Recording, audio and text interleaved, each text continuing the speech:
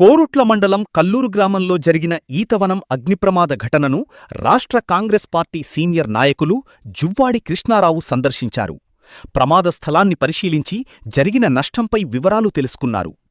బాధితులకు ధైర్యం చెబుతూ ఈతవనం దగ్ధం కావడం బాధాకరమని, రైతులు తమ పంట పొలాలలో నిప్పు పెట్టద్దని, అలా చేయడం వలన ఈతవనాలు దగ్ధమవుతున్నాయని జువ్వాడి కృష్ణారావు తెలిపారు.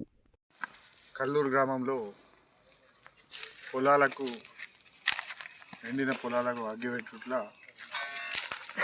గల దాదాపు 300 చెట్లు గీతాకారణమై ఈతవనం కాలిపోవడం జరిగింది. రైతులు కొంచెం చూసుకోవాలి, ఎందుకంటే ప్రభుత్వం చెప్పడం జరుగుతుంది.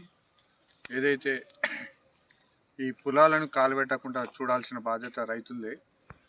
రేపు ఇవాళ ఒక రైతు నాకు ఫోన్ చేసి, సార్ నేను అంటు పెడుతున్నాయని గీతా కార్మికులు కేసు పెట్టడం జరిగింది అని చెప్పడం జరిగింది. కాబట్టి మీరు అందరు రైతులు ఆలోచన చేయాలి. రేపు మళ్ళీ కేసు అయితే మీరే బాధపడేది. ఇది పొల్యూషన్ తోటి పర్యావరణం దెబ్బతలుగుతుంది. కాబట్టి రైతులు కూడా ఆలోచన చేయాలి. ఎందుకంటే ఒకటైతే ఒకదాని మీద ఒకటి ఈ విధంగా దాదాపు ఇప్పుడు 15-20 మనకు నియోజకవర్గంలో ఈతవనాలు కాలిపోవడం జరిగింది.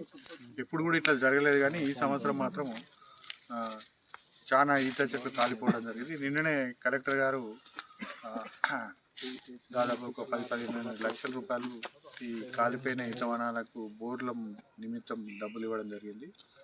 దీనికి కూడా మేము కలెక్టర్ గారి ద్వారా బోర్లకు డబ్బులు ఇచ్చాక దాన్ని చూస్తామని చెప్తూ, ఇంకోసారి మాత్రం ఇలాంటి కాలబెట్టకుండా చూడాల్సిన బాధ్యత లోకల్ రైతులందరినీ మోటివేషన్ చేసి అందరూ కూడా ఒకసారి ఆలోచన చేయాల్సిన బాధ్యత ఉన్నదని చెప్తూ, ఇప్పటికైనా ఈ కాలబెట్టడు విరమించుకోవాలని